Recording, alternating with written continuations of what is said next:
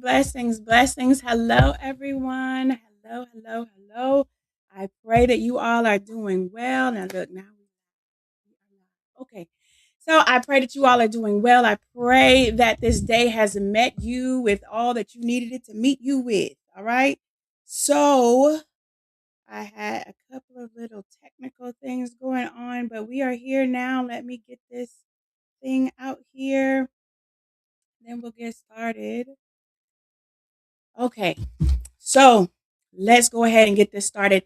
Welcome to Remnant Mentality Ministries. My name is Angela Hendricks. I'm the senior leader here, and this is where God is equipping the saints, empowering the saints, and encouraging the saints all at the same time. You don't want to miss anything that we're doing. So if you have not connected with us already, all right, if you've not connected with us already, go ahead and get connected. And you can get connected by by sending a text message, all right, sending a text message to with the word connect to 346-229-0322. That is the word connect. You're going to message this, all right? Text it, the word connect to 346-229-0322. All right. And when you get in there, it's going to ask you, all right, if what it is that you want to do. It's going to send you a hyperlink first. The hyperlink, hit the hyperlink, put in your name, put in your email address, and then it's going to send you a series of texts, and it's going to ask you what you want to be notified of. Look, this is where we have Bible study 2 times a week. We have intercessory prayer 1 time a week. You don't want to miss what it is that we have going on, and somebody is live every single day. All right. There's a number that coincides with everything. If you want to be connected to everything, just hit 5, and that's everything. We do fast, quarterly fast, and then we have a year-end 21-day fast. You don't want to miss any of that because we are together every single day of the fast. All right. So if you want to be connected with everything that we have going on, make sure you shoot that word connect to that number. All right. Uh, Hello, Amber. How you doing? Blessings to you. Blessings, blessings, blessings. All right. Hey there, Robin. How you doing? Blessings to you. Hey, Tashira. Hey, Treese. Hey there, Roy. How y'all doing today? Blessings to you all. Blessings, blessings, blessings. I pray everything is going well. If you've not already, go ahead and share this with somebody. Share, share, share. I need to share. Hold on, y'all. Wait just a minute. Let me share. All right, because it's not gonna be right. I need to share. Hold on. So, today, y'all, if you didn't know, today is Pentecost Sunday. Today is Pentecost Sunday. Hey there, Ken, how you doing? Blessings to you. Blessings, blessings, blessings. I'm just in the midst of let me share. I done got on here with y'all and I haven't even shared my own self on my own stuff. How about that? All right. Share, share, share, share. If you have not shared it with somebody, share it with somebody. If you have not hit that like button, hit the like button. If you have not followed us, all right, if you have not followed us on YouTube, subscribe to the channel on YouTube. You see the logo. That's us. Anywhere you see that, that's us. You want to get involved with what it is we have going on. So make sure you subscribe on YouTube. All right. Hit that subscribe button and then look for that notification bell and hit it until you see the parentheses on either side. That means you'll get all live notifications. And then on top of that, all right, if you are watching us on Facebook, you have to come out, hit that like, all right, like the page, and then turn on your notifications for all live notifications. And then if you are watching us on Twitter or you're watching us on Instagram, you got to follow the page, right? Follow the page, turn on your notifications because you don't want to miss what it is that we're doing. Somebody's live every single day. You don't want to miss who's live. They'll tell you what day they come on. They'll tell you what time they come on. Me, I'm here every Sunday between 2:33. Hit that go live button and I'm right here with you.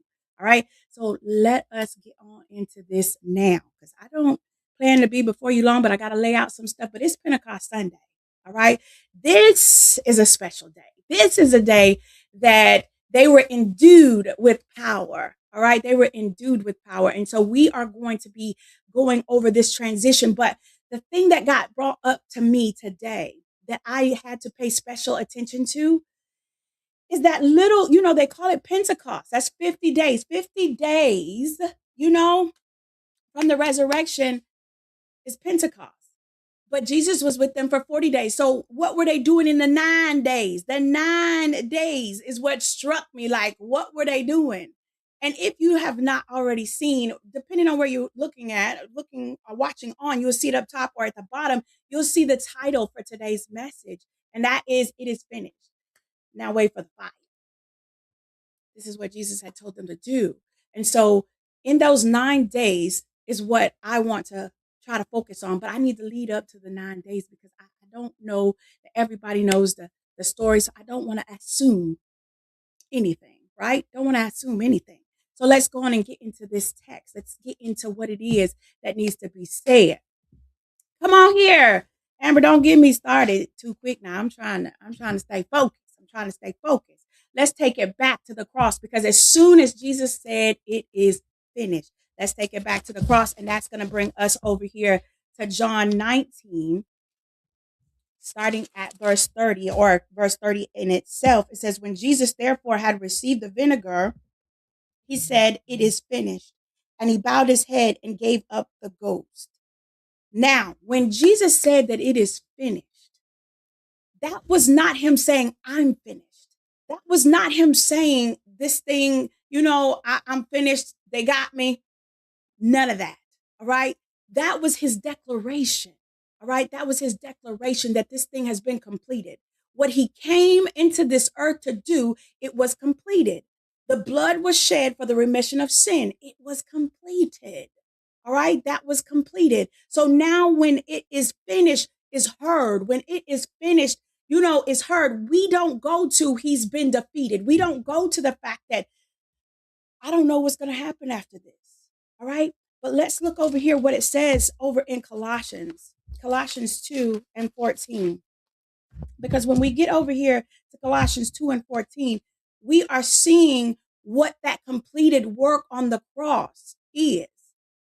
Jesus completed the work of redemption at the cross. And so let's look at this verse 14. It says, blotting out the handwriting of ordinances that was against us. Look here. The enemy comes as one that accuses. He is our adversary and he comes accusing. But it says that blotting out the handwriting of ordinances that was against us, which was contrary to us, and took it out of the way, nailing it to his cross. This is what it means when he says it is finished. He blotted out every handwritten ordinance. He blotted out the accusations of the enemy. And then he took it out of the way. That means it's no longer a factor. When you take something out of the way, it's no longer a factor. So what Jesus Christ did on the cross was the blotting out of what the law exposed as sin in our lives. You got that, right? He took that on and he says, no longer will you be accused and fully condemned and convicted of it. Those that walk in me, okay? Those that walk in me have the power to come off from under them things because I nailed it to my cross. And no longer do you have to bear those consequences of what the law says. You no longer have to bear because sin equals death. All right, we getting somewhere. We trudging on along. So stay with me. All right, stay with me. Because at that point, we could shout. At that point, just the fact of knowing that he blotted out the sin, we could shout. All right. So when he rose up or when things begin to rise up, we have an answer for that. We can tell those answers or we can tell those situations that we have an answer. So when things start to rise up like sickness in your body, it is finished. When things start to rise up to try to get your mind to think something contrary than other than his promise, it is finished. When things start to pop up and we begin to think about the fact that maybe it's just not in me to finish, maybe I just don't have it, it is finished. Look, I need y'all to understand today that God gave us a phrase. He gave us a phrase on the cross because everything that can come up against us, it is finished. I remember watching my daughter toil through life. I remember watching my son toil through life. And I began to just think on the matter. And I began to say, it is well. It is well. It is well. Because yes, it is well. But at the same time, it's finished. There was a stripe for my healing. Do you understand? There was a stripe for their healing. There was bloodshed for the redemption of their sin. It is finished. I got an answer for that. Hey there, Minister Marie, how you doing? Come on here to share it so you with me. You understand that it is finished. The impact and the power behind when he said it gave us ammunition against the enemy. It gave us the reassuring factor that what we see right now is not the end result of a thing. We have the ammunition to say it is finished and know that this thing right here, it's not over. I'm only seeing the fragments, the remnants, the things that the enemy wants me to see so the enemy can say, you know what, go on and lay down, Angela. This ain't for you to fight. Go on and lay down. This thing is too big. Baby, the only thing I'm laying down is in his hands. I'm laying down every care and every burden. I lay it before him because I can decree and declare a thing that it is finished. And so we have that bond with it is finished because he nailed it all to his cross. He blotted out every handwritten ordinance that was written against me, that was written for generations to come. Everything that was going to happen, everything that is yet to happen and has happened, it has been nailed to the cross. And all we have to do is speak the phrase, it is finished. Come on here, lay aside every weight. That's it. We have to lay aside every weight. Anything that comes to try to put some pressure on your shoulders, we got to throw that to the side. This ain't no gym session. Baby, I'm physically fit, mentally fit, spiritually fit because of the work that Jesus Christ did. I'm not finna bear no excess weight. It is finished. Come on here. You got to decree and declare a thing, Trees. That's the way that it goes. And so as we move forward here, let's see what's next. Acts. All right. So turn over to Acts 1 and 3. So we got to go back to the crux of this matter because after he gave us, it is finished, right? After he gave us, it is finished. After he gave them, it is finished. Now they have watched him and die on this cross. They've watched him go into a place. Hey there, Vanessa. How you doing? They have watched him die on the cross. So when he said it is finished, some people misconstrued that as the battle is over. Everything that we thought we was walking with for the past 3.5 years is over. Everything that we had hoped for to happen, it's over.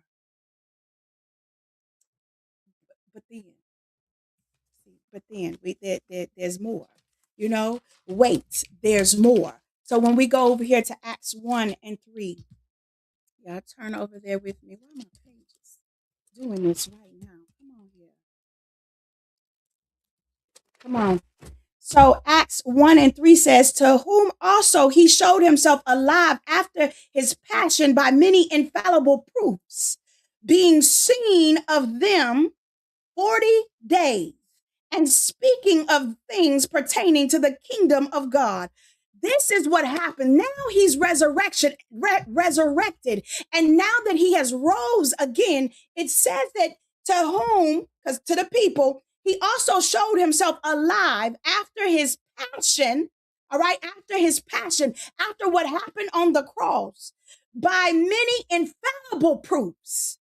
See, many infallible proofs. So he walked among them for 40 days, teaching and preaching and equipping them, getting them to understand, opening up their understanding as to what is to come, as to what I expect from you.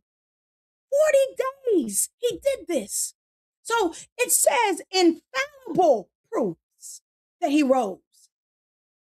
Those infallible proofs were Thomas. He had to show Thomas the holes in his hand. He began to show them the holes in his hands and the hole in his side where he was pierced. He began to show them, it's me. Don't get it twisted. It's me. It's me. The wounds may look like I was defeated, but I wasn't. The wounds may look like it was over, but it's not. Because see, it's me. And so as we are seeing this play out with the disciples, okay, because all hope was lost for a moment. 3 days had went by. They had no rumblings of anything. But on the 3rd day, he rose. And then it says here that he showed himself alive after his passion by many infallible proofs, being seen of them 40 days. And speaking of the things pertaining to the kingdom of God, he began to equip them. He began to give them what it is that they needed in order to get to the next, right? Because he knew he was not going to stay. He knew it. He knew I can't stay here for you for long, but just know that the resurrection, see, the resurrection proved, all right, who I was. The cross was the price that was paid, but the resurrection was proof that the Father received the sacrifice. He accepted it.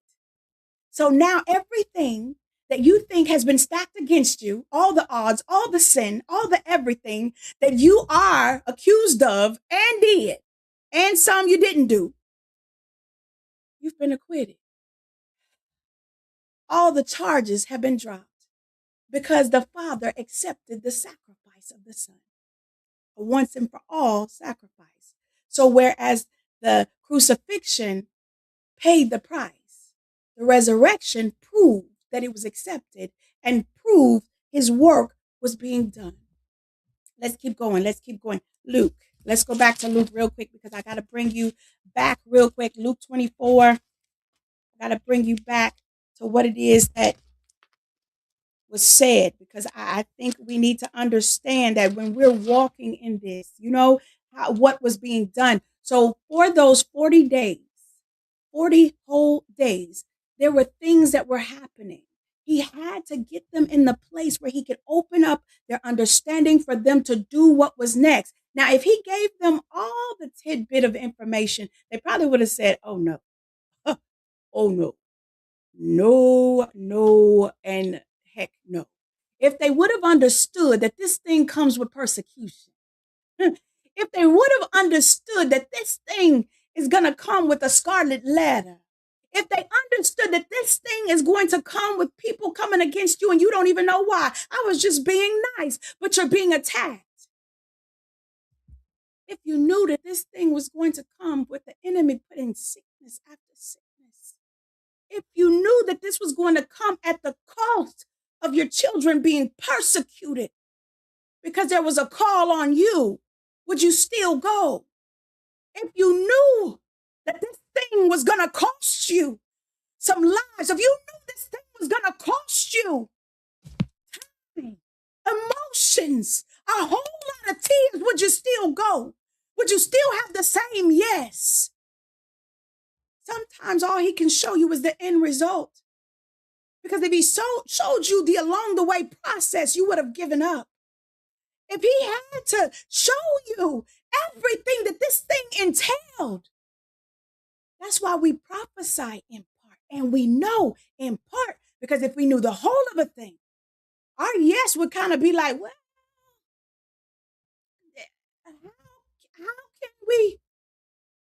how can we circumvent this? Like, is there any other way to get to this end result that you showed me? Is there any other way besides my yes? Come on here. Y'all are encouraging me on today. Come on here. Y'all are encouraging me. Come on here, Amber and Tashira. You still got a yes in your belly. You still got a yes in your belly when you missing some stuff. You still got a yes in your belly when things are being taken. When they're repossessing the card, is there still a yes? Is there still a yes when you see the foreclosed notice on your door? Is there still a yes when you see the divorce papers in the mail? Is there still a yes when you see the report of the doctor that says you don't have much time? Is there still a yes? Baby, that that thing shakes me. Come on here, Roy, preach. Oh God, is there still a yes? It's always a yes for you, Amber, huh? Okay. It's always a yes. We trust God. We believe God. And so when we look over here as to what he was doing the whole time when he was here in Luke 24, pop it up, Luke 24, 44 and 45, it says, and he said unto them, these are the words which I spoke unto you while I was yet with you, that all things must be fulfilled, which were written in the law of Moses, and in the prophets, and in the Psalms concerning me. Then opened he their understanding that they might understand the scriptures.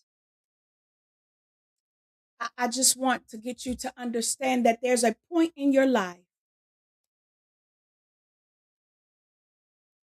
baby, I can't tell you how many times I've rededicated my yes, because everything that has been stacked against me, I've come to him bruised and battered, tears filling my pillowcase, tears flooding my room, tears flooding my face. And I told him yes again and again and again, without full understanding of the magnitude of what he had on my life to do. I still said, God, I rededicate my yes to you. I still dedicate my yes to you. Come on here. Amber, don't get me to going. Woo. Come on here, trees. Y'all hyping me up. I gotta stay the course. I'm teaching today. This ain't a preaching. I'm trying to teach today. We teach in Pentecost, and we teach in this waiting room. And yes, I've rededicated myself, my yes, so many times. I've laid it back before him. God, I still have a yes for you. God, my belly still cries out yes. Even when my flesh is saying no, I got a yes in my spirit. I got my hands surrendered to you, Lord. Even when I feel like giving up, when I feel like I can't lift my head up off of my pillow, I still got a yes. When I don't understand it, when I feel like the season has lasted too long, when I feel like it don't make sense, God, I'm looking at everybody else around. It don't make sense, Father. What is happening? I still have a yes. See, this flesh will try to tell you something different. But you got to remain in that yes. You got to continue to have that yes perched right there on your lips. Yes, God. I still got a yes. And that is what silences the enemy. That's what silenced the enemy, even in Job's situation. Job continued to have a yes for God in spite of everything that was coming to him. Naked I came into this world. Naked I come back. There's a yes. You want to strip me of everything? I still got a yes. You want to make me believe that my God has forgotten me, but I still have a yes because I got his promise in the forefront of my mind. And the promise said, I already won this thing. The promise is the victory that was won on the cross. So everything that comes up against me, I have victory in it. Whether it feels like it or not, it's already been won for me. Everything has already been won for me. Let's just keep this going. Let's keep this going. Let's go back to Acts 1.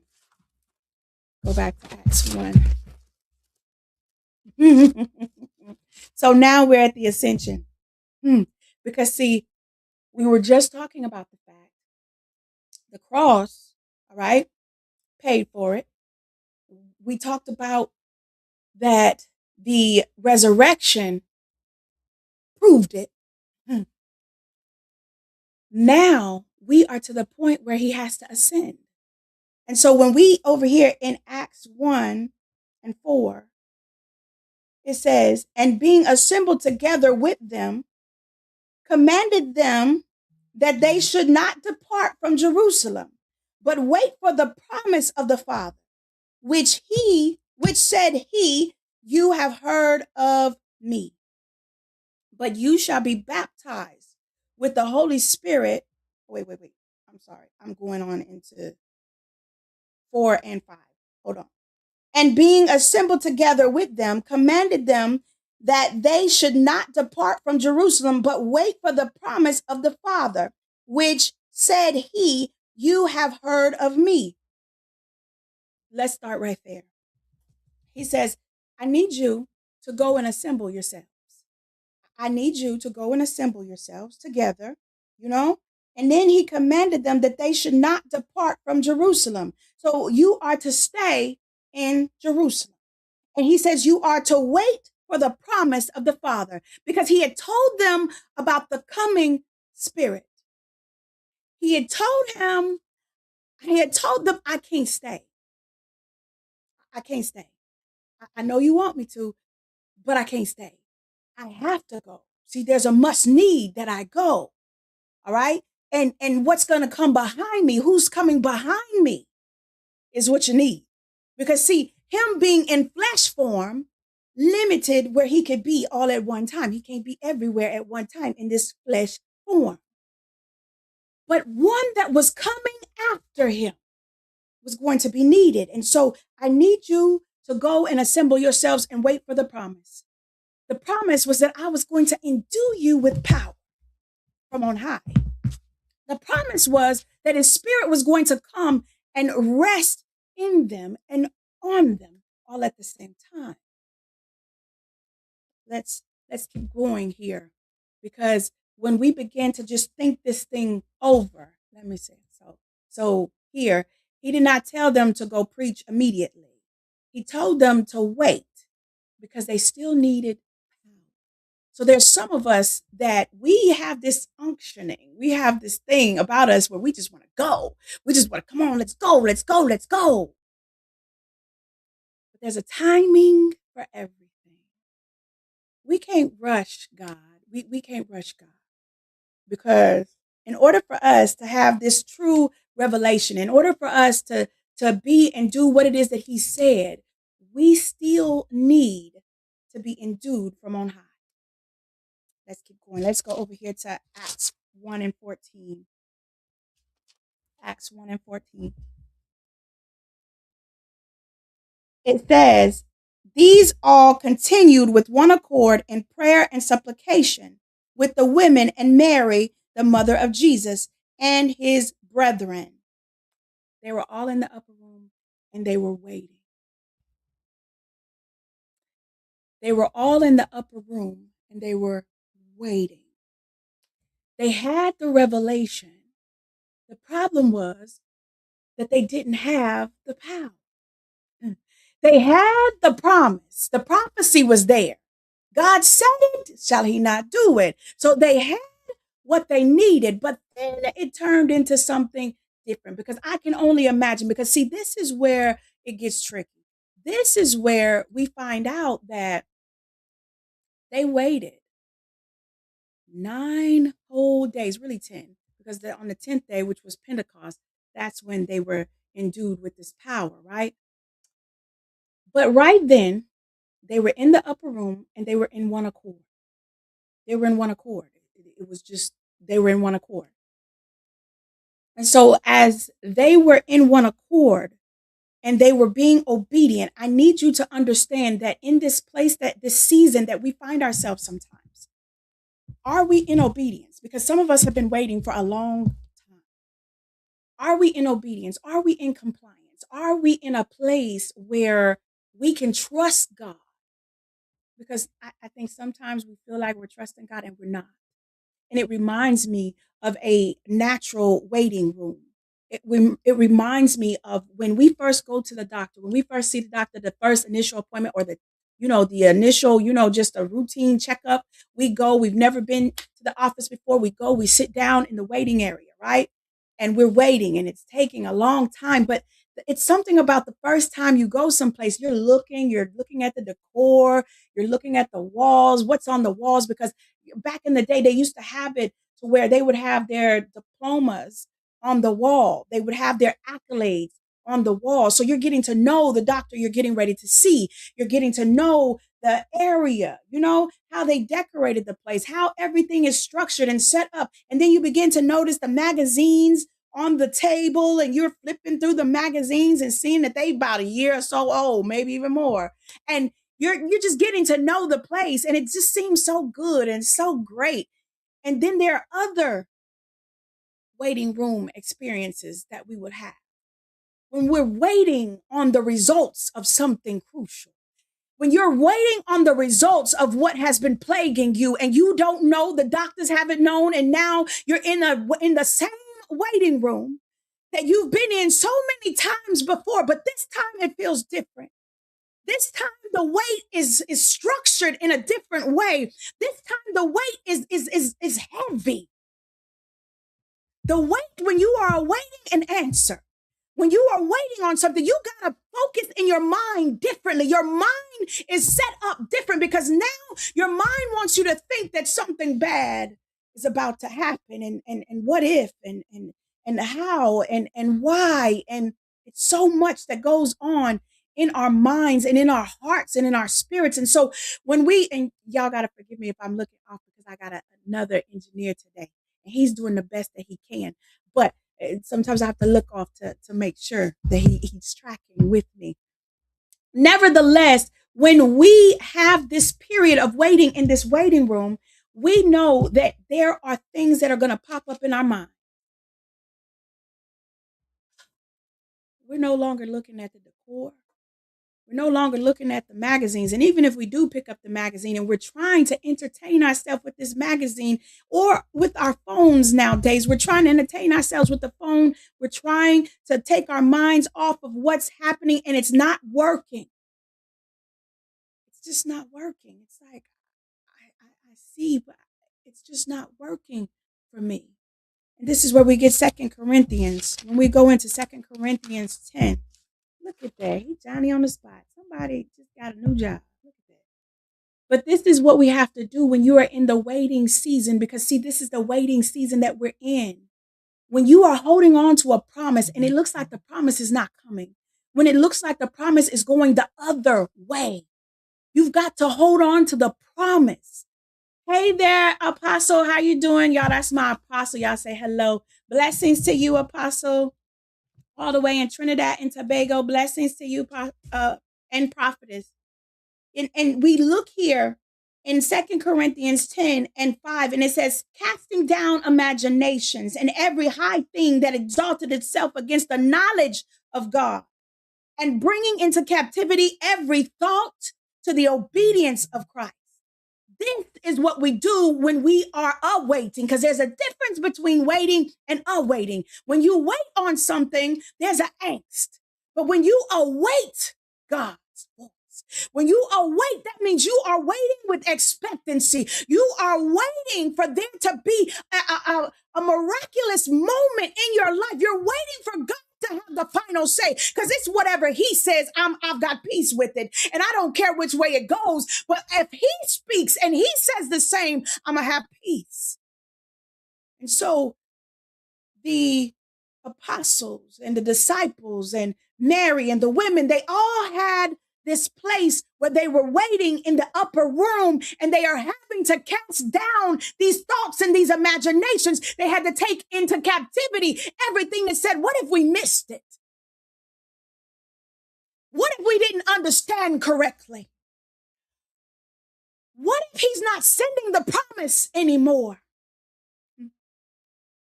What if we're too late? What if we understood it? We just missed the whole thing. They're in there for 9 days, and they're like, he told us to stay here. In the midst of them staying there and doing these things that he told them to do, if we look over here in Acts chapter 2, go to Acts chapter 2.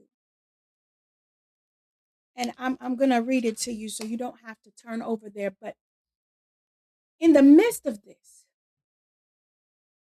He showed himself alive, all right, for 40 days. We know that Pentecost means 50th, all right? So between his ascension and the day of the Pentecost, there was this scared place. There was this place where they like to describe it as this 9 days, or what the Catholic Church were calling the novena. All right, the novena, or this is when they would take 9 days and they would pray and they would fast and they would just focus on the things of God for those 9 days. But we, when our focus is there, you know, I don't know about the exact terms and everything, but this is a principle. All right. This is you going into your private prayer. This is you in a place where you're just like, God, I need you. I need to hear something. But in that place of not understanding fully what's happening, you have to keep your thoughts precise. You have to keep your thoughts precise. This is why you cannot allow the enemy in. You can't. All right. It says that he was seen for 40 days and he told them to wait. And they continued in prayer until Pentecost fully came. So there was this period or this time frame that they could not grasp or understand what was going on. But in the upper room, it wasn't like a jail cell or a holding cell, but it became a birthing room. So where we are right now, where we don't understand, Lord, where am I? Because I feel like I've been here for too long. You're not stuck. You're not stuck. You're not just in a holding pattern, but you are learning some things.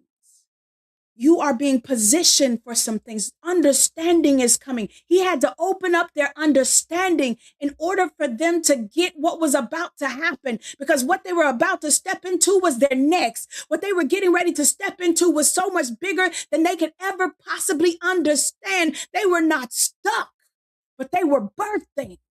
And anybody that has been in the room where a woman was in labor or even thought about being in labor, even when you see it on TV, there is this place of just pure anxiety. Like she's just like, oh my God, oh my God. And then you got others where it's just a beautiful thing, but all the pain, all of the turmoil.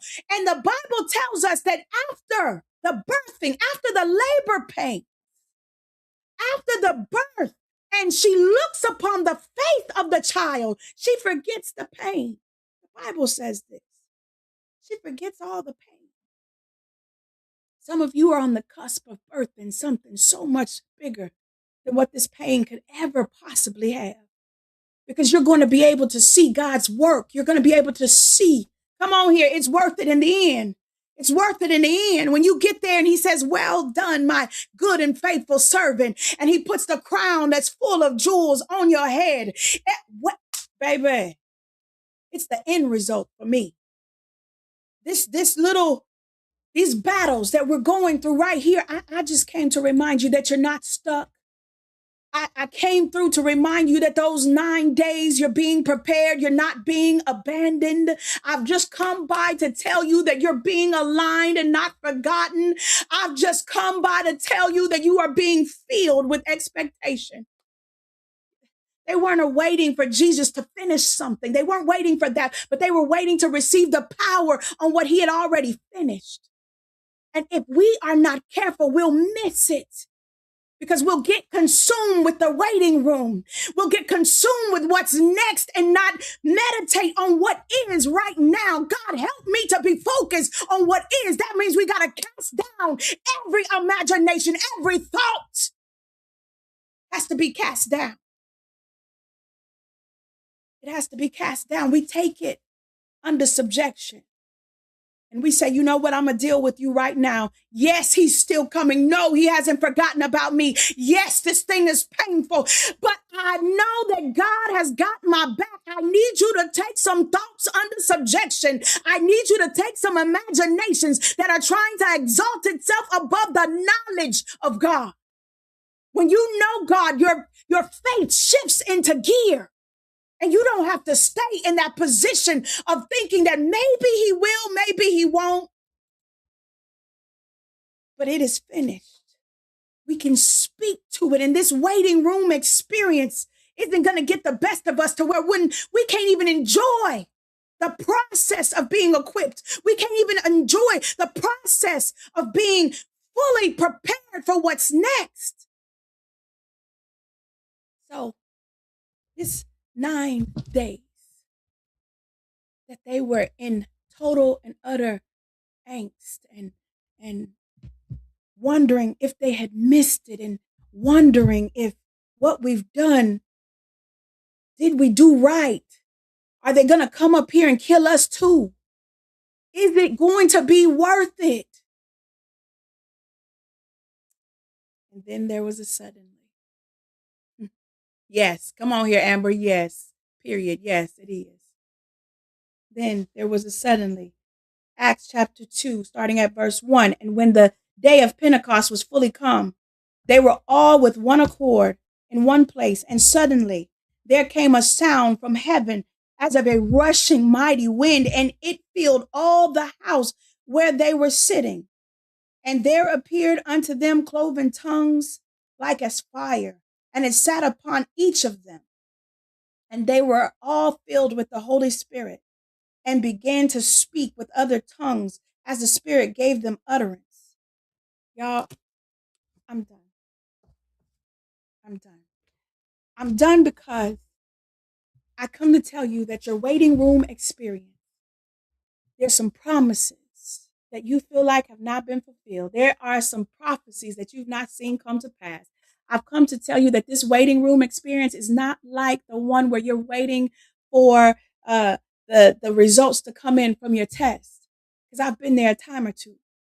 I've been there a time or two where I couldn't even sit straight because I'm like, Lord, what is this going to do? But I just came through that here recently. And I'm telling you, my waiting room experience wasn't the same.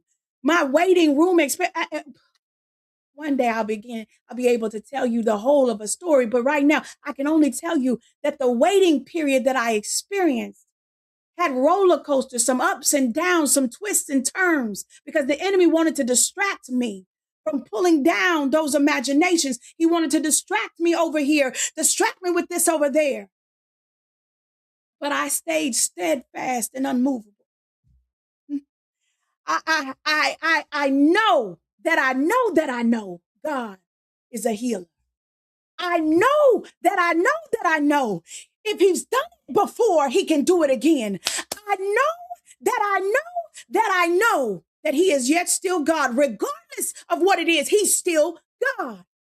And before any results come, I've got the victory. Before any results come, I can say it is finished. Before anything can happen, it is finished. I stand on the fact that what he nailed to the cross was for me. I have to take it personal. What he nailed on the cross, every accusation that the enemy tries to put up in my mind. Well, Angela, you know.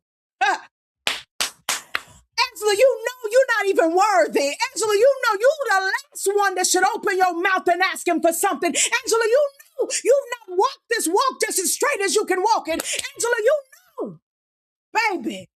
Sometimes you got to know beyond the know. You got to know that your past does not dictate where God is taking you to. You've got to know that he is yet still God. And you've got to know that that thing that I did in my past was nailed on the cross. Every accusation, you got to come under subjection. Every accusation, you cannot tarry. This thing is not happening because of me, but it's happening to me, for me. And sometimes it's bigger than me. This thing is so much bigger than what you could ever possibly understand or think. But I need you to stay focused in this hour. 9 days of just believing. 9 days of the enemy pouring into them. You missed it. You didn't understand fully. God will give you the understanding that you need for you to move forward. He'll give you the understanding you need for you to do what you need to do and move forward on this path. The enemy comes with these distractions. But today I come with a declaration. It is finished. It is finished. Those of you that are in the waiting room of life right now, Those of you that are pending some things, it is finished. It is finished. I can't express this to you more than anything, but you're about to be endued with even more power. His power rests on the inside of you, and that power is you understanding. Come on here. Come on, Trees. You better preach that thing. Preach it. Let the enemy know if he's still God. If he's done it before, he can do it again. He's still God. And until my Father speaks, the only thing I can say is it's finished. Until my Father speaks, I know that it is well with my soul. Until my Father speaks, I know he's God. The Hebrew boy said, even if he don't do it, it's not that he can't. Come on here. I need some true believers, not the believers that believe him in the good. And it's only going to stay good. I need some believers that have experienced the other side of it. It turned good for me, but it wasn't good in the process. I need some people that can testify on today that even if he don't take it the way I want him to take it, he's still God. I still have the victory. It is finished. I need some people who will understand and know and testify and tell these good folks on this line that God did it for me and he can do it for you. I need some people to tell them, look, it didn't line up the way I wanted it to go, but it lined up the way God meant for it to go, and it turned out for my good. I'm stronger now. I'm stronger now. His spirit is in me. I have an unctioning and a mind to speak and see him do whatever needs to be done. Man, suddenly, your waiting room experience right now is getting ready to have a suddenly. How many of you believe that? How many of you believe that your waiting room experience is getting ready to have a suddenly? Some of you have been waiting on a lot of things, a lot of people, a lot of instances, a lot of things, a lot of situations. You've been pending.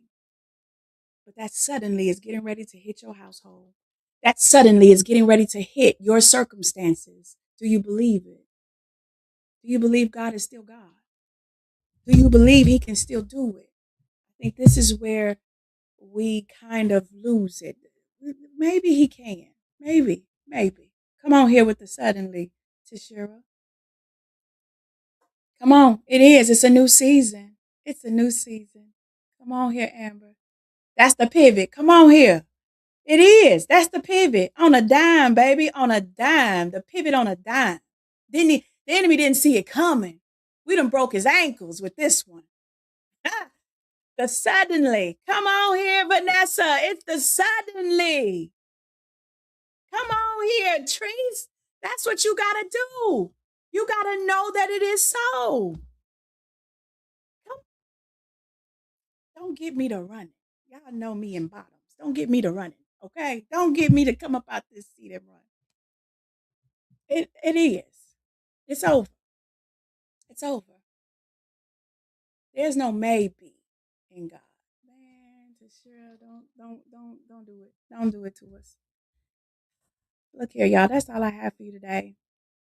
There were 9 days, actually 10, from the time that Jesus ascended to when his spirit came. I need you to understand that in that waiting time, there were some things happening that they couldn't even see. One, they were in one accord, being obedient. Lace up them shoes. Come on here. Lace up your boots. Put on your backpack. Come on. It's time to ride. Look here. Y'all don't get me started. I'm a ride. Come on here. You better cut a two-step, Tashira. You better cut a two-step. So, like I said, there were some things that were happening that they didn't even expect. They didn't even understand that, but they were being processed in the waiting period. They were obedient. They went to the upper room and they stayed there. They prayed in this whole experience. They prayed, they believed, they cast down imaginations, because I'm sure the topics came up. What if? What if? What if we missed it? What if? What if? What if? What if? There was so many things. But then there was the suddenly that circumvented every piece of doubt. Hmm. I want you to know there's a suddenly getting ready to hit your house. That suddenly is getting ready to hit. Are you ready? Are you ready to go to the next? Are you ready to accept what that yes meant in this season of your life?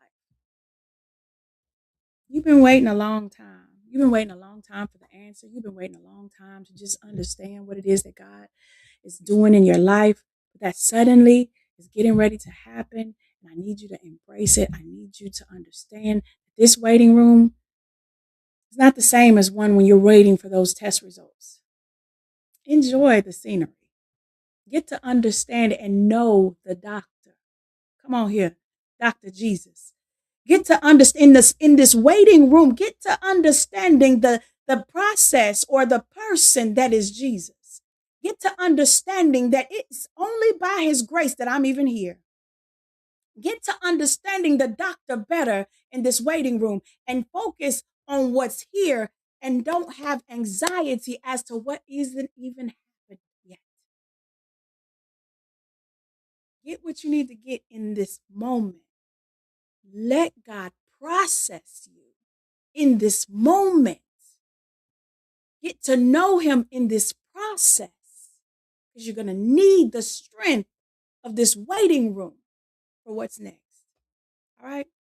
That's all I have for you. My name is Angela Hendricks. I'm the senior leader here at Remnant Mentality Ministries. This is where God is equipping the saints, empowering the saints, encouraging the saints, all at the same time. And you don't want to miss anything that he has going on. We are live every single day, and you don't want to miss it. I'm here on Sundays between 2:30 and 3. I hit that go live button, and I'm right here with you.